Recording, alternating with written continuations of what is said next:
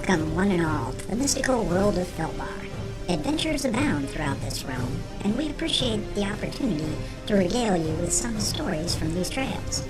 These accounts are all based on actual RPG experiences that occurred within Adventures in Filbar. Some of these tales may be for mature audiences, while others may be for very immature audiences.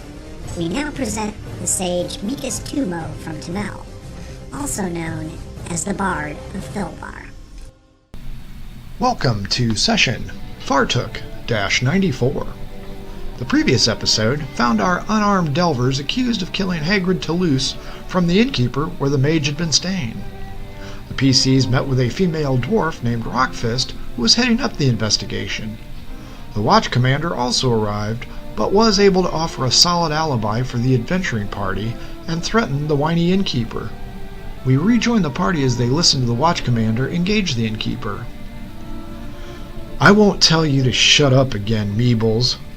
Open your mouth without being questioned, and Johnson will cut out your tongue," said the watch commander to the innkeeper. Johnson, one of the guards, stood behind the man with an exposed dagger blade as the commander returned to his seat. Surveying each of the delvers, he confirmed he did not recognize Irena or Bulger and pointed at Cabe. "I know you were there, but then you disappeared. Are you the one I should thank?" The bard smiled broadly and waved his hand with a flourish. "Thank you," came the polite response. "It was well worth whatever you paid." Fargus looked questioningly at Cabe, who waved it off and said he would explain later. Several minutes passed, and it was apparent that the commander was growing tired of waiting. "Well?" he demanded of his investigator. Rockfist had been discussing the issues with Sister Elaine and pointed out that she would need more time and asked if the cleric could assist her. Air was sucked in by the innkeeper's mouth and everyone looked his way. Johnson raised his dagger and the man quickly clamped both hands over his mouth and the commander shook his head. "Well, since I know she couldn't have done it, I will trust your instincts, my dear. Yes, you may utilize the skills of the Reverend Daughter as you need and as she allows. May we at least remove the body?" The dwarven female thought for a moment and asked that it be removed to the gulag for additional testing. The commander snapped his fingers and pointed to a quartet of guards, waving them over to the body. The men grabbed a sheet and then covered the corpse and removed it from the premises. Signaling for other guards to leave, he told Johnson that he was assigned to Rockfist as well as the innkeeper if he got out of line. He looked at the rest of the party and advised them that they were free to go as there was nothing to hold them on. Pointing to Cabe, the man stated, "Thanks again," and then the commander left the building.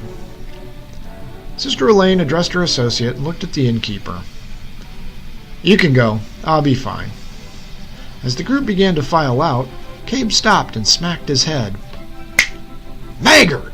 I forgot about Maggart!" The dwarf looked at him puzzled, as did the rest of the group.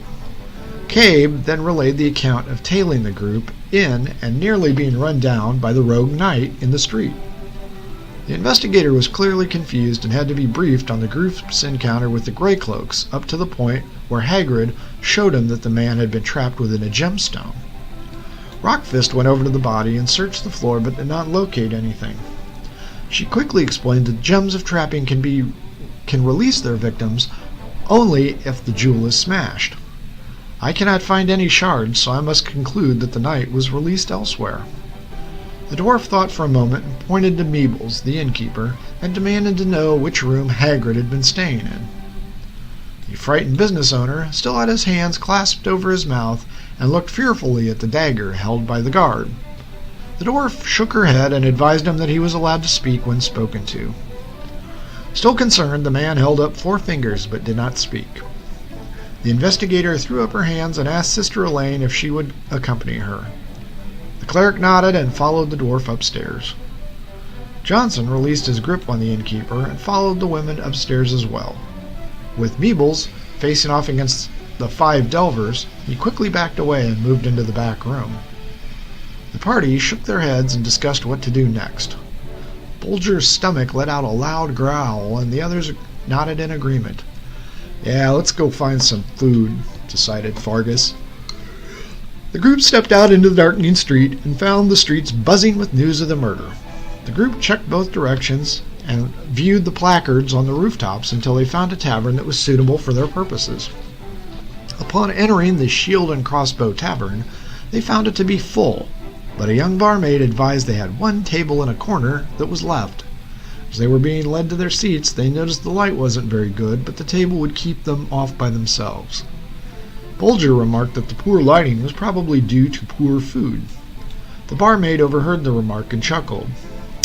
"You'd think that, but I think you'll be surprised, especially by the mutton." The group ordered drinks, and each took her advice about the mutton, except for Lady Irena, who opted for some soup. Surveying the crowded room, Fargus asked Cabe and the mage if they overheard anything. The pair listened intently with their elven hearing and reported that most of the tavern knew of the death, but no one knew who was responsible. A few moments later, Cabe gave a low whistle and pointed at the door. The light by the entryway was enough for the group to spot Meebles enter and scan the room. Fargus started to rise, but was told to sit down by Karina. "Let's watch him to see what he does. I don't trust him, but he may be able to give us a clue." Fargus grumbled, but sat back down just as the food and drink arrived. The group watched as the innkeeper was clearly attempting to locate someone. Rockfist found a door labeled 4 and entered. Upon opening it, the trio discovered the contents strewn about the room. "It's been ransacked," pointed out the dwarf as she drew forth a hidden blade. Tiptoeing into the room, she checked and found the window was secure from the inside and no one was present in the closet. She lit a small lantern on a table and illuminated the room. "I'm guessing Hagrid wasn't a slob, and this is the work of his killer," she mused. A crunch was heard as she moved around the room, and she backed up. Both women moved to the sound as Johnson stood watch at the door. Checking the source of the noise, Sister Elaine pressed her finger against some granules on the floor and brought it up to her eyes. "This is the same color as the jewel the Grey Cloak was encased in," she remarked. The dwarf also examined the shards and tasted them. "Yep, it's a gemstone all right. This must be the location where Sir Maggot escaped." The cleric chuckled at the misnaming and began to look around the room. Her cursory inspection revealed that some valuable items were present and mused that this was not the scene of a theft. Rockfist pointed out that the shards were not in a location where the gem would have fallen, and it had to be smashed with some amount of force in order to release the villain anyway. A complete inspection of the room revealed a stack of parchment of missives back and forth from Mostcry. The contents were read and confirmed that Hagrid wanted Sir Maggot and wanted to meet the party. "He actually paid you this much for the night?" inquired the dwarf. Sister Elaine examined the parchment and confirmed that the amount was right that they had received for turning over the night. Rockfist scratched her head and considered the information she had garnered. Personal belongings were tossed onto the bed, including Hagrid's spellbook, and a sheet was used as a makeshift bag to haul the stuff away. The dwarf had Johnson remove the bag to the gulag with the body and released him from her service. The exasperated investigator looked pensive, but then addressed the cleric. "Are you hungry? I'm starving." A grumbling noise answered the dwarf, who smiled. "I know a place. Let's go." The pair then secured the door and left the inn. We close out this episode now and give you our thanks for listening. Please subscribe to this podcast and don't forget to follow us on Twitter at The Bards Podcast. For everyone in Adventures of Filbar, thanks for listening.